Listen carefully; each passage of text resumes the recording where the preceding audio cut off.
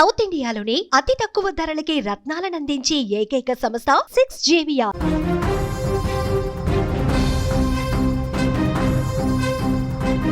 పాకిస్తాన్లో ఘోర గని ప్రమాదం చోటు చేసుకుంది. బలూచిస్తాన్ ప్రావిన్స్లోని సోరాంజ్ ప్రాంతంలోని బొగ్గు గనిలో భారీ పేలుడు సంభవించడంతో కనీసం ఒక 32 మంది అక్కడ ప్రాణాలు కోల్పోయారు. మరో 10 మంది కార్మికులు భూగర్భంలో చిక్కుకుపోయారు. వారిని రక్షించేందుకు రెస్క్యూ టీమ్స్ యుద్ధ ప్రాతిపదికన సహాయక చర్యలు కొనసాగిస్తున్నాయి.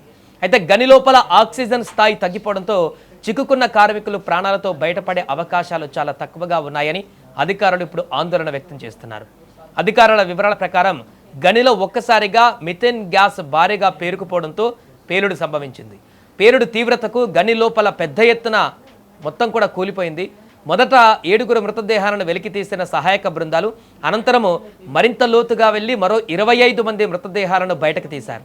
ప్రస్తుతం చిక్కుకున్నటువంటి కార్మికులను చేరుకునేందుకు భారీ యంత్రాలు, ప్రత్యేక రక్షణ సిబ్బంది నిరంతరం ప్రయత్నిస్తున్నారు.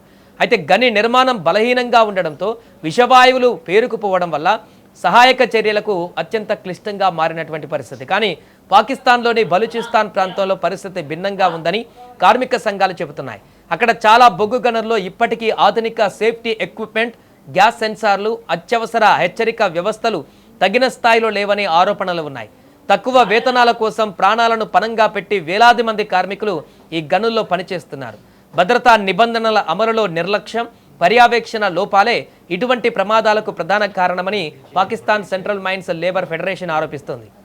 ఇది ఒకరోజు జరిగిన ప్రమాదం మాత్రమే కాదు, గత కొన్నేళ్లుగా బలూచిస్తాన్లో వరుసగా గని ప్రమాదాలు జరుగుతూనే ఉన్నాయి.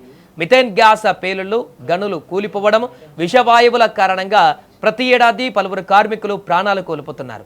అయినప్పటికీ భద్రతా ప్రమాణాలలో ఆశించిన మార్పులు కనిపించడం లేదని విమర్శలు వస్తున్నాయి.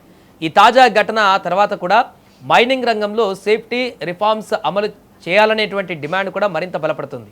ఈ ఘటనపైన పాకిస్తాన్ ప్రభుత్వం పూర్తి స్థాయి దర్యాప్తునకు ఆదేశించింది. మృతుల కుటుంబాలకు ఆర్థిక సాయం ప్రకటించడంతో పాటు ప్రమాదానికి బాధ్యులపై చర్యలు తీసుకుంటామని హామీ ఇచ్చింది.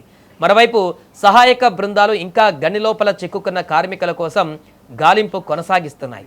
అయితే ఆక్సిజన్ కొరత, గని పరిస్థితులను దృష్టిలో ఉంచుకొని పరిస్థితి అత్యంత ఆందోళనకరంగా ఉందని అధికారులు చెబుతున్నారు. మొత్తంగా ఈ ప్రమాదం మరోసారి ఒక ప్రశ్నను ముందుకు తెచ్చింది.